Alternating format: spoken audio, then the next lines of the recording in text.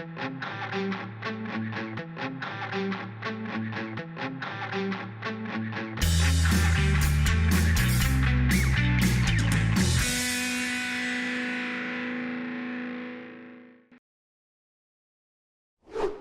and welcome to another episode of FinTech Focus TV with me, Toby.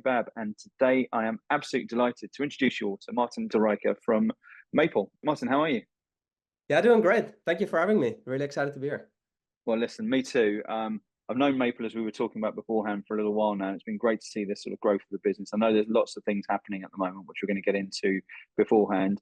I think you identified, and viewers of this show will know that I've long been fascinated with the sort of convergence of traditional and decentralized finance. I think this DeFi world has got plenty of scope and a really exciting time at the moment. We're on the precipice, I think, of something pretty extraordinary in the metamorphosis of finance. And that's stuff which we're going to dive into and find out a little bit more about the Maple journey and what you guys are doing and where you're heading at the moment. So lots and lots to be excited about, to get involved in. But before we do all of that, I always kick off, Martin, with a little bit of introduction. So tell everyone a little bit about who you are, what you're doing over at Maple, and then the business itself. Tell us what you guys do. For sure. Thank you. Yeah, so I joined Maple about 2 years ago. Really started on the marketing side. I went into operations, and in the meantime, leading up our growth efforts. So really responsible for both, especially lender growth, right, on the capital side, and not as much on the borrowing side. And us as Maple, we are basically a marketplace, an institutional marketplace, fully built on the blockchain. And we really focus on institutional borrowers on one side that want loans to grow their businesses. And the loan book typically consists of over-collateralized loans. So those are loans, dollar loans against digital asset collateral. And then on the other side of the marketplace, we have lenders, that are looking to earn yield on their assets. Typically dollars, but we also offer lending in BTC, ETH, and Sol, and a couple other assets. Mm-hmm. And they're just looking for yield, right? So they want to earn, anywhere between 5 and 20% yield on their assets. And then we will put those assets in pools. And each pool is essentially just a lending strategy, right? So we have conservative strategies, and then we have more aggressive strategies. Mm-hmm. And then we just match up borrowers on the other side. So it's really a marketplace. It's fully built on the blockchain. So that comes with, transparency and some of the other good things that we're going to dive into today. Absolutely. I want to just sort of rewind, and we didn't sort of prep this at all, but I'm really interested in your sort of journey. So you've always been in this DeFi world, have you, or did you find it and pull a thread and move into it? As you said, it's an interesting journey from marketing through to business operations, now through to heading up growth. Tell me a little bit before we kick off about your journey. Where did the career start in this space? For sure. Yeah, that's a great question as well. So I started in high school in 2015. So I learned about Bitcoin. Actually, funny enough, through my grandmother. Okay. Yeah. So she read it in the newspaper, and she was like, "Hey, you're interested in investing, right? Like, you should look into this Bitcoin thing. Like, it's just like magic internet money." And I was like, "Okay, that sounds interesting." So I opened up an account on plus 500 at the time, and actually just bought a couple. Didn't really understand what it was, but then really started diving into it and quickly understood how transformational this was. Right? Yeah. Quickly understood. Okay, this is digital gold. But obviously, if you think a bit further, there's just so many other applications, you can think about. So then started running into Ethereum in 2017. I really got involved in the space just as an investor, right? Just as a passionate person watching on the sidelines. Then just got a job in another sector, medical devices. Just always did it, 10, 20 hours a week on the side. But at some point I was like, I want to move into this space. So actually started creating a Twitter account with just research, just posting research. Okay. And one of the projects I posted about was Maple. And that post, took off pretty well. And then actually got in touch with the Maple team, and they were like, "Hey, like, why don't you come work here?" Applied for a job, got through a couple interviews, and then started working at Maple. So it was amazing. I love that. Very interesting. So you followed your passion. Exactly. So everybody always says that. My dad always gave me the advice. If you can make your hobby your work, like, that's like the best thing in the world. So absolutely, definitely blessed to have done that. Congratulations. And I love that sort of thing as well. It's when you go through it and I've seen so many people sort of go after things and sort of play, nibble at it, but the Twitter world and the ability to, as I say, publish things and get involved in that is a natural progression for you. So love to hear it. So you sort of intimated it beforehand, this sort of institutional, the ability for what you're doing, for what DeFi is doing at the moment, to sort of take and develop institutional finance and sort of iron out a load of the crinkles and the inefficiencies and make this sort of brighter, better future for finance. That's obviously something you're incredibly passionate about. Tell me how Maple are involved in that process.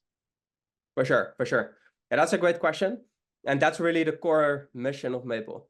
So like our mission is really to bring transparency to financial markets.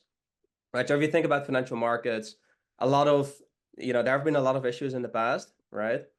With like certain companies just doing fraudulent things. Yeah. And the main reason why that's possible is because of a lack of transparency, right? Like the clients of these companies just weren't able to really understand what was happening. So obviously you have extreme cases like Bernie Madoff, where, it was just like a Ponzi scheme. But you also have a lot of other cases where, maybe it never even comes out, but there's just, little things that companies do, that are not necessarily in the best interest of their clients. Now, obviously the blockchain just creates a platform where you can actually do things different.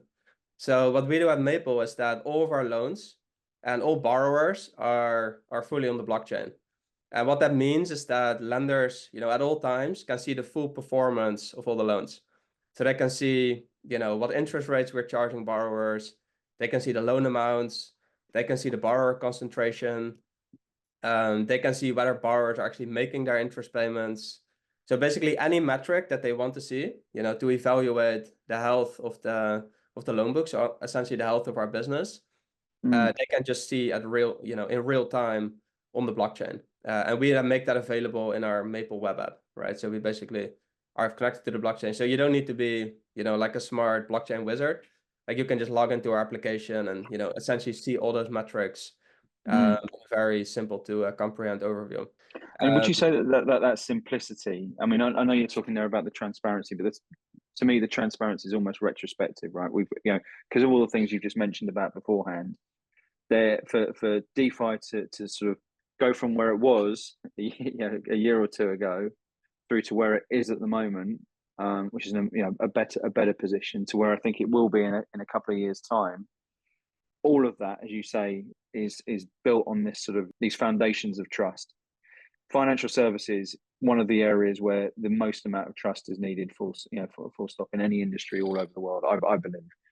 And the transformative nature of decentralized finance has almost gone against the grain within that. So when we're looking, 5, 6, 7, 8 years ago, or when you talk there about stumbling across it in this magic internet money in 2015, as you mentioned about it before, I think 2015. I think the predominant issue with that has been, the banks were looking at that and scoffing it as money laundering. People were externally looking at it and seeing these sort of big spikes, and everyone became an expert, and they lost money as quickly as they made money, and it sort of devoured that trust into it. It started to grow, and then we've had everything with SBF and everything that we've seen recently, which disintegrated that. You have the crypto winter, etc. And now we see this sort of reemergence, and every single time it's reemerged on this sort of crypto hype scale, we've seen more and more work done to sort of bring it more in line with the traditional finance world.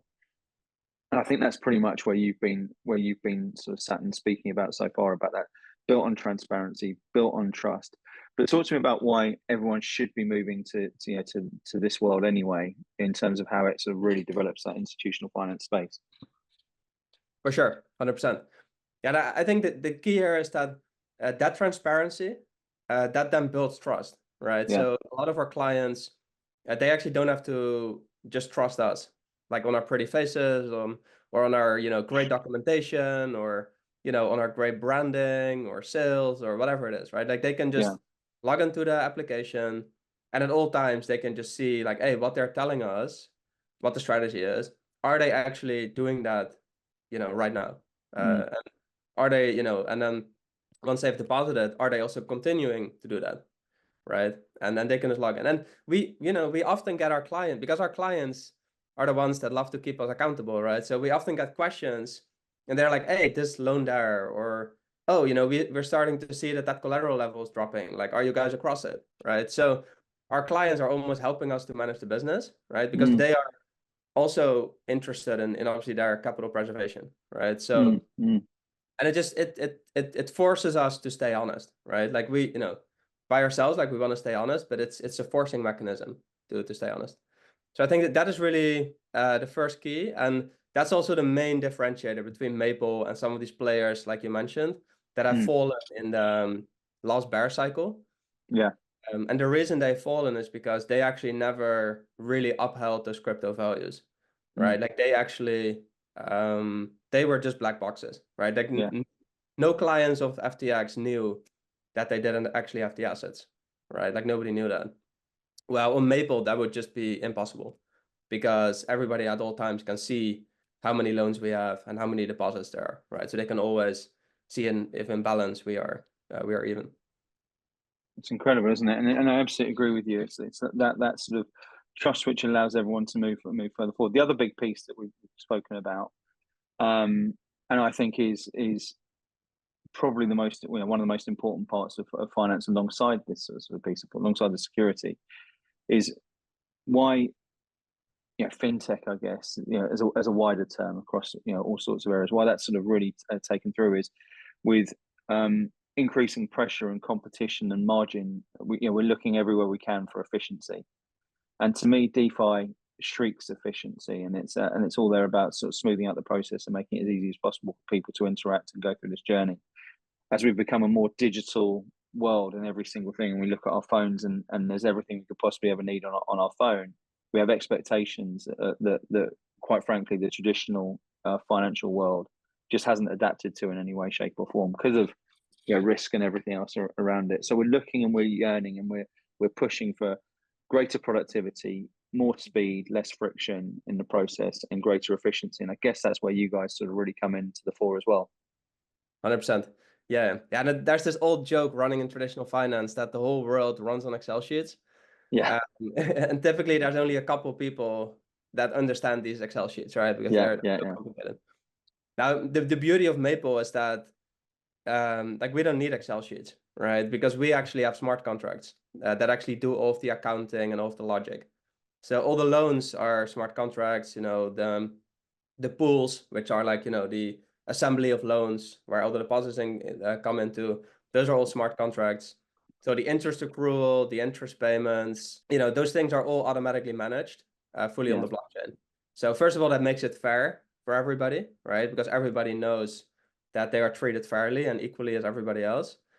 But secondly, to your point, it also creates much more efficiency. So we don't need an army of people that in the operations team. We actually can run it pretty much fully on the blockchain. And that's what makes massive differences for you as a business as well, right? As you say, that these are streamlined. People. Yeah, I think there's not too many days where you look at the paper where there's not some talk of AI replacing jobs, but I think there's also a necessity for every business to make sure and have a responsibility to be as streamlined as possible. Now, AI isn't the catch-all technology to allow that to happen. There's plenty of other areas where you can smooth processes out and make sure that you are, as you say, not having massive teams of operations who are sat there sort of pressing buttons and getting lost in Excel spreadsheets. This is about making things as run as efficiently and productively, and then ergo profitably as it possibly can get as well. For sure, 100%. Yeah, and where AI becomes great is for example in marketing and generating copy, things like that. Because AI is especially ChatGPT is obviously probabilistic, right? So you never really know what you're gonna get. But smart contracts are deterministic. So you always know if I put one in, 2 is going to come out, as an example. So that's with loans. Like these smart contracts, they always operate exactly the way that they're designed. So I think that, the combination of AI and smart contracts is really what we're going to need to scale in the future. Because you both have, probabilistic, which is great for like creative things and stuff like that. But obviously with loans, we cannot run a loan through ChatGPT. Because the interest rate might be 11, 12, 13%. So I think the combination of that is what really allows is what is really what is going to allow companies to scale faster into the future and more lean. Yeah, absolutely. And I guess the other side about what you guys are doing is there's been quite a lot of noise recently about Maple. I know that you've launched syrup recently, and there's again, a lot of opportunity that sort of sits in there. Tell us a little bit about what that means and what that looks like. Yeah, so Maple is really, as I mentioned earlier, for institutions, right? So it's for institutional borrowers as well as institutional lenders. So you need to be an accredited investor, meaning that, Hmm. a minimum amount of income or assets. So that's already pretty exclusive, right? Like not, most people in the world wouldn't be able to use Maple. And on top of that, you need to go through a whole, onboarding, KYC, accreditation process, Yeah, yeah, which, it takes a chunk of time. Which is good for our institutions, right? Because they want the white glove service, they want to know their counterparties are, things like that. Now, what we now have recently launched, which is Syrup, that actually opens up institutional yield. So we still have the same institutional borrowers, the same loans, the same, lending strategies, but we actually open it up for everybody. Plus, we make it fully composable with DeFi. And this is really another, big benefit of DeFi is that now the pool, this is gonna get a little bit technical, but the pool token is essentially, it's like a tokenized form of the whole lending book, right? So the total amount of loans is captured in one token. And, you receive that token if you deposit dollars, right? Now that token can then be used elsewhere in DeFi. So you can trade it, for example, meaning that you can instantly get in and out of the Syrup pool, right? So if you're like, oh, I actually need dollars to pay a bill, or I want to buy a car or whatever it is, you can actually instantly sell it. You can also borrow against it, so you can use it in like Aave or other lending markets, and you can post it as collateral. So let's say you have like $100,000 worth of the token, you can post it as collateral, and you can take a loan of 50,000 against it, right? So you can lever up, or you can use that loan to then for your car, right? And that is all permissionless. So anybody can build on top of the token, right? So the whole DeFi community can now find interesting use cases for that. So it really combines, the institutional robustness and security and transparency of Maple with this composability and efficiency and flexibility of DeFi. So yeah, that's why we're really, really excited about it. And what do you think that means for the for the individual and that sort of stuff? I mean, to me, that's a pretty exciting game changer, and where where it can come out, and there's a lot of upside for that. But when you're talking to people, why should they be excited about that? Yeah, so the main reason to be excited is obviously because the yield is going to be on the higher end of things, right? So Yeah. the target yield is 15%. In Q2, we have generated about 15.7%, give or take, and net APY to lenders. And then there's also going to be a DRIPS program on top of that. So essentially, users are going to get rewarded for their participation. And the main reason that, that's obviously just a very high yield, right? So that in itself is already really interesting.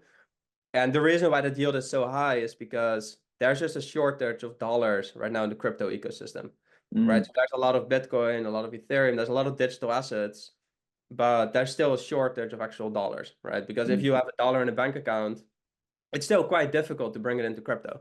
Plus, not a lot of people are willing to do it, right? A lot of people just prefer to still keep it in a bank account. So because of that shortage, it's just very interesting right now to to actually use those dollars in crypto and earn yield And on it.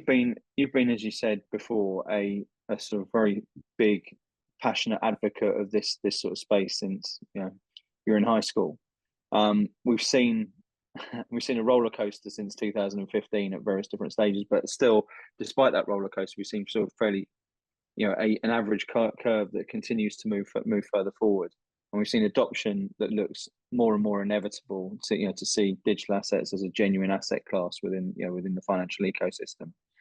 But I'm really keen to sort of tap into you as a passionista, as someone there who is fully ensconced in this sort of space, to tell us where, in a world where it's very difficult to get predictions, in a space where it's very difficult to get predictions, I'm really interested to see what you feel the space has for the rest of 2024 and moving into 2025.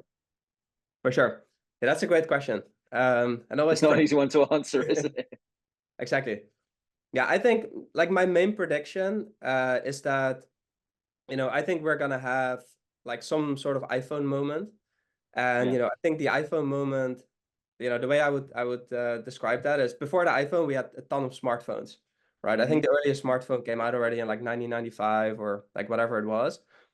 But the issue was that it was only nice for geeks, right? Like people that love tech, it was a great tool and, they love to use it. However, for the mainstream, it was just way too complicated and it wasn't user-friendly enough. And I think crypto right now is in the same stage. Like it is still difficult to use crypto, right? Like you need to download a wallet, you need to save your keys. Like it is challenging. Now, recently Coinbase has launched Smart Wallet. On Solana, I've in the past week a new smart wallet came out, and what that means is that it essentially just becomes a fintech Web2 type of application, right? So you download an app, you press two buttons, and you have dollars in a wallet, and there's no other complexity, right? And then you can just start using all these amazing DeFi applications. And I think we need one of those parties or maybe a couple to do a really good job branding and marketing. And then, I think we're going to have that moment somewhere 2024, early 2025, where there's just going to be this massive inflow of mainstream users, some app that they just love using because it has, some virality effect to it. So that would be my prediction, for the that usability aspect is so important on that, isn't it? I exactly. mean, that it goes back down to exactly what you just mentioned there, and I love the analogy of the iPhone piece as well, right? So it was existing for a while before it broke through. We had BlackBerry. There's a brilliant film which I watched recently about the story of BlackBerry and how it sort of had its it had its own iPhone moment at that sort of stage. But just that process where suddenly everything becomes usable and easier, and that's that everything that tech's driven by is about making sure that process is there. And look, you're absolutely right, and what you guys are doing I think is so important to this whole process, which is about building something in there that people can say, yeah, that's as easy as anything else, and it's safe and secure and has that trust and transparency around what we're going to do, so we can build it into our sort of everyday lives. And that's really exciting. I think that's where it goes, because when you look at the underlying tech, and you mentioned that you guys are blockchain native and you've been there, right? From there,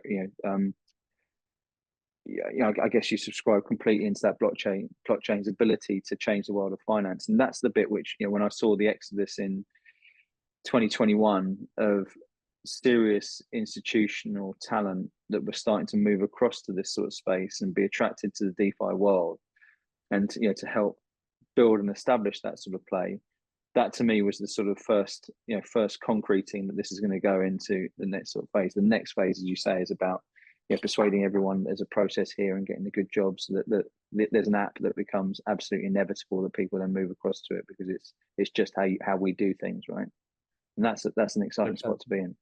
And you guys are very much at the core of it. So tell me a little bit about what happens for the business. It's been, as you say, a sort of a pretty exciting journey for Maple over the last few years. Obviously, Syrup's is another major step further forward. But tell us where you see the business heading. What's exciting for you in that sort of area? 100%. Yeah, I'm probably a bit biased, but I would say the word is growth. Yeah. They got the right man on the job, right?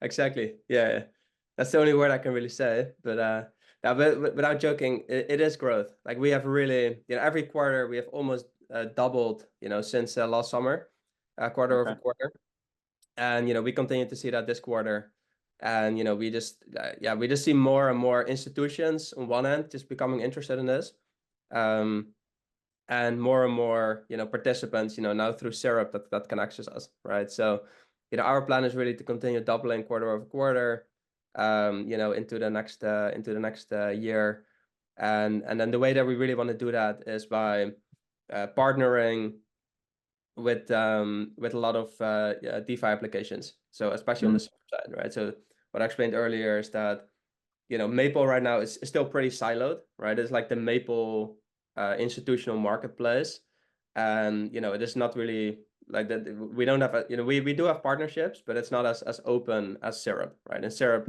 it's really like a Lego block, like anybody can really just build on top of it. So sure, that's personally what I'm really excited about for the next quarter is so we're going to work together with wallets, exchanges, DeFi applications, to really drive distribution and utility for Syrup. That's pretty punchy growth, isn't it, as well? So quarter on quarter doubling all that way through that sort of space. Obviously, it's been a hot market in your world for for a little while, but not everyone's doing that sort of thing. So if you were to put the try not to be too corny here, but if you were to put the special ingredient into the maple syrup, what would you say that would be? What's allowed that to happen? Because as I said, look, everyone in this space isn't having that same sort of growth. So that's a pretty special piece to do it.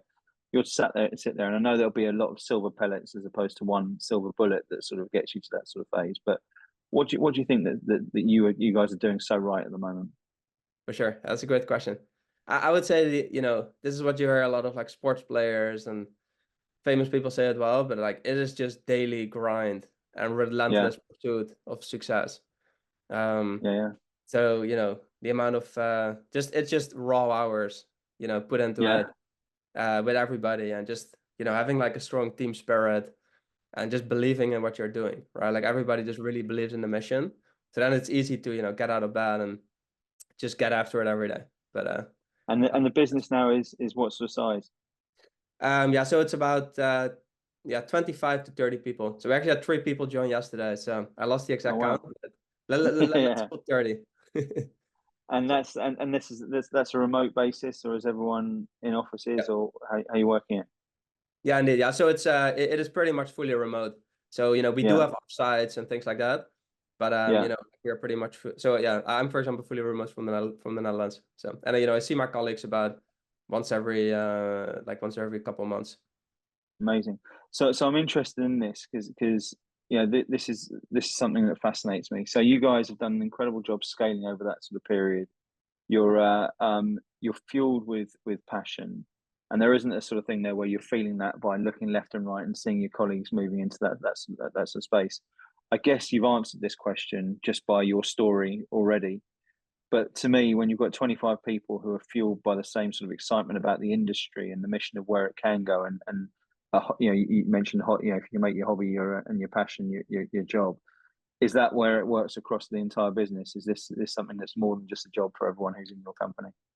For sure, for sure. Yeah, I think that's really we really hire for culture. Yeah, So like we really want to hire people that show the same level of passion and excitement yeah, for the industry, because otherwise it's just not possible to keep going, right? Like mm, you need to be fueled by something more than just a paycheck, right? yeah, um so yeah, I would say that is I would say the biggest filter. And then the other thing is we are also pretty competitive, right? So we have targets internally, and we we love to hit those targets. yeah, um and everybody obviously contributes to those targets. So I think there's also a little bit of competition, but it is all healthy, right? Like they are team targets. So it's really that we go for it together as a team and want to win. And with regards to the communication aspects of it all, with a remote first business and those bits that I imagine those offsites are incredibly important. But equally, is that sort of day-to-day connectivity? How do you manage that so well? For sure. Yeah, that's a great question too. I would say, we try to be meeting light, right? So we don't want to have just be in meetings all day. Yeah, But we do have a couple of meetings a week, with the different teams among themselves. And then we also have just one-to-ones, where we just discuss important stuff. And then we have a weekly all hands. And I would say that that's really the highlight of the business, where on Friday we just run through, we create like a weekly business update, where we just all the numbers that we had for the week on like the lend, on the capital raising side, the borrowing side, just all facets of the business. And then we walk through that together, and then we also outline any highlights, as well as things that we might need to improve. And then we do tips of that, wins of the week. So we basically we try to celebrate each other's success. love it. um, and that's a big part of it as well. And then on Monday, that's my job actually. In the morning, I put like a post with like, these are the goals for the week. This is how we're gonna hit it. Early in the morning, just to set the tone for the week. I love everything you're talking about there, and it seems like a really exciting. You can feel the sort of enthusiasm and passion and belief that you have for what you guys are doing, and mission-led businesses I think are incredibly important. So it's no surprise to me that you guys are doing so well, and it's lovely to hear that to hear the story. And Yeah, I guess equally as important, it's great to see success stories in this particular space after the sort of torrid couple of years that it's had, to see this moving further forward and being as exciting as it can be. I think it's a brilliant brilliant story to tell. So I'm really pleased you reached out and loved having you on the show. Martin, for people who want to get in touch with you and find out a little bit more about Maple, and I guess unlock the stories and help you on that growth mission, what's the best way for them to get in touch? How do they reach out to you? For sure. Yeah, so from Maple, we are most active on Twitter. So in case you're, oh, sorry, I need to say X. X.com. So we're I think it will always be Twitter to everyone, won't it? But we'll go with both. Exactly. Yeah, like maybe our kids are gonna call it X, and you never know. But yeah, so it's x.com/Maple Finance. That's the one for Maple. And then on LinkedIn, it's just called Maple Finance. And then my personals are Fundonomics on Twitter. That's where I post some research occasionally. Well, there we go. There's my next follow. Listen, it's been absolutely brilliant having you on the show, Martin. Thanks so much for joining us and sharing the wisdom. And to all of you watching, I hope you've enjoyed it as much as me. And we will see you next time on FinTech Focus TV. Thanks a lot.